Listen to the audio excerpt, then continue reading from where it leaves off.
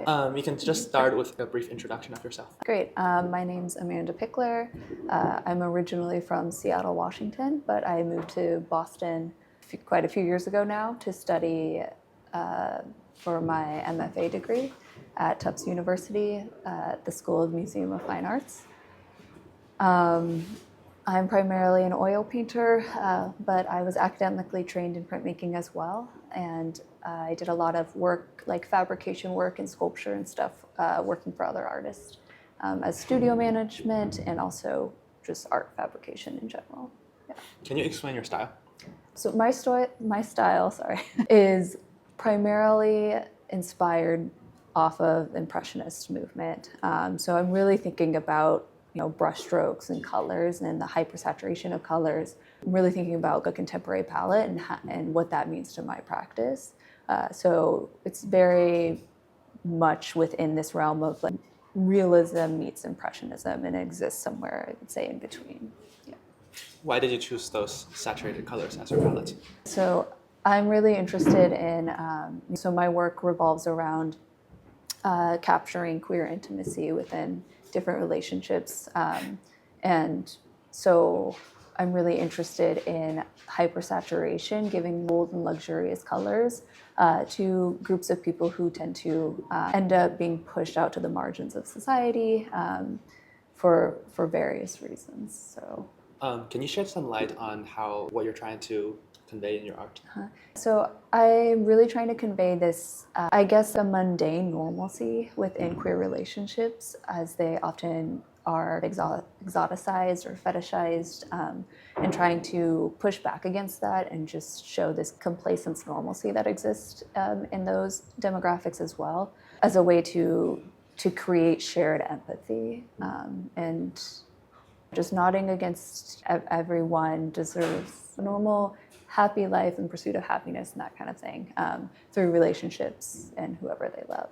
And why do you think using nudity is the best way to depict that? So my work varies within that. Some of my work does depict nudity, and some of it is more of these kind of nightlife scenes. But either or is like a reclaiming of the queer experience and queer bodies as a way of ownership as a lesbian identifying person that is often hypersexualized by men and cis heteronormative gaze that has been the predominant gaze through the historical canon of oil painting.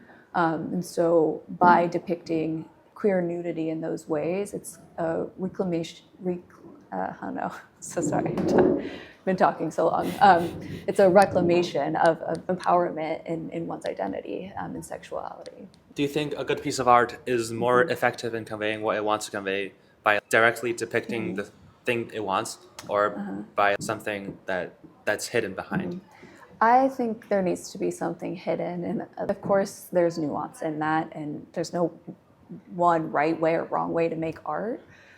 But if you make a painting and you depict everything so clearly that the viewer can just grasp it really quickly, what's gonna keep them there? Is it the color? Is it brushwork? What's gonna keep them interacting and curious about the piece if it's very obvious what is being told?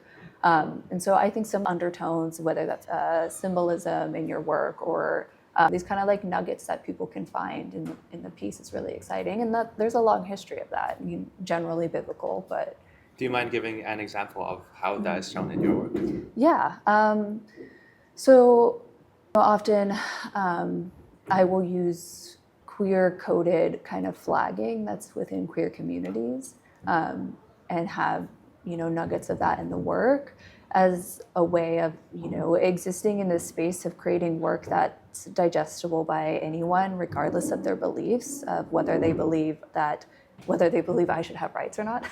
I still want the work to be accessible to them as well, because ideally every interaction kind of disarms that defensiveness around queerness in general. And so I also, on the other side, want to have these little symbols of queerness within the work that's very positive and joyous for the queer community who's also interacting with my work. And so as many marginalized groups are forced to. They have to flag or symbol their sexuality, gender identity, all of these things.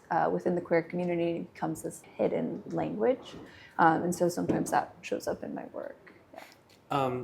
The paintings, like the compositions of your work, I feel like they look like photographies. And so I was wondering why you're trying to capture things in such a daily life, like snapshot way. So that really circles back to just this normalizing of the queer community. I lean heavily on photography to inform my work, and I think there's a nice push and pull with that. I will work from the models, but in capitalism, no one has time to sit for a painting anymore. So I rely very heavily on photography, but it's also, I would say, a great strength. That there's another aspect there. If I go into a queer space and I'm interacting with people I don't know, they find out I'm an artist and that I paint, people I meet. I've had participants get really excited to perform in front of the camera that I then get to translate into this completely different view for them as a painting. And having that interaction unfold, we often think of painting as this very kind of a solitude type of medium. It's very isolated, but it doesn't have to be. And when you do invite collaboration, people tend to get really excited to see themselves depicted how you see them as well. Do you think a good piece of art matters more on the visual effect it brings to the audience or the deep meaning behind it? I think both, honestly. The deep meaning could be just for the artist. It doesn't have to be, a public opinion or feeling. But both are really true. I wouldn't, if someone comes up to my work and they could care less, that's okay. It doesn't affect me. But if someone comes up to my work and they have their own, very specific experience with the work, that's really exciting. And that experience doesn't have to be based on my intention with the work. Whether they pick that up or not is great, and that's something that all artists figure out where they want to fit within that. And having the ability to translate what you want to translate, feeling-wise and meaning, is important. And then being able to also let go of some of that control and just know that people are going to interact with the work however they interact with whatever experiences they're bringing with them. And do you think monetary value that a work can achieve should be part of judging how good the work is? No, I do not. I think some of the most beautiful pieces likely don't get any credit to them, and oftentimes, especially within the art world, money has been associated with drama. The Mona Lisa was stolen. No one cared about it until it was stolen. Now it's one of the most expensive paintings in the world. Or the comedian, the banana piece. Are you familiar with that piece? Yes. Yeah. That's more of a commentary on conceptual art, but ridiculously expensive, just making fun of the art market itself. So when you think about those different, I guess, realms within and how art is monetized, it's quite ridiculous in a lot of ways.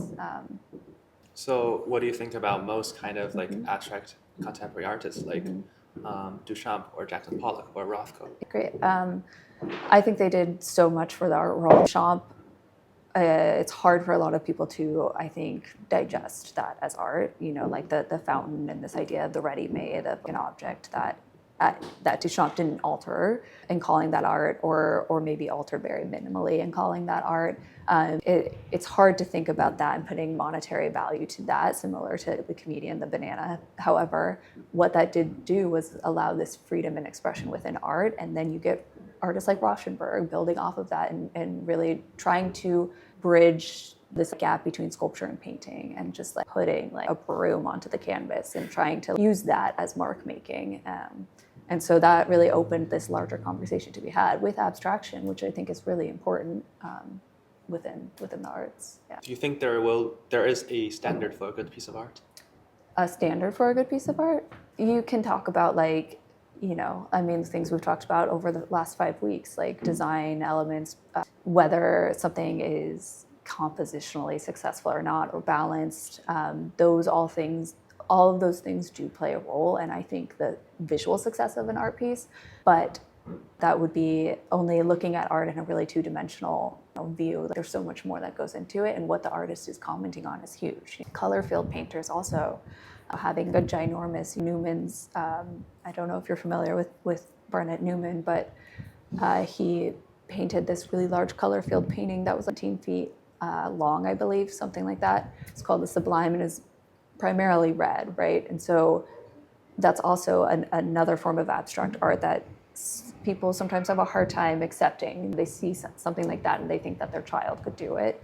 And then trying to do art, you realize that's really not the case. And there's so much that goes into abstraction that relies on these principles that you're learning composition, balance, and color theory and all these things. And so abstract artists, I think, are really deep thinkers, and they're really thinking about how to describe a feeling without the literal language of imagery that, maybe more like realist painters would fall back on. And I personally don't think that one is better than the other. They both have their own role within this larger art world. And artists like Jackson Pollock, they repeat their work so much. So do you think that as a piece of art is repeated more and more in the same form, do you think the artistic value actually is degraded? That's a great question that notes on the idea of reproductions. I think a lot of artists get pigeonholed into a style, and that is based on monetary reasons. Like a gallerist wanting to monetize off of them. And so Jackson Pollock becomes known for this specific type of art making. And it becomes more of a brand and showing off that you have a Pollock versus something you want. If a collector is hanging a Pollock in their house, they want people to know immediately it's a Pollock. And that can happen because of his very distinct style. That's harder to happen if an artist's breadth of work is very diverse and different. However, so that's really being impacted by the art market and value.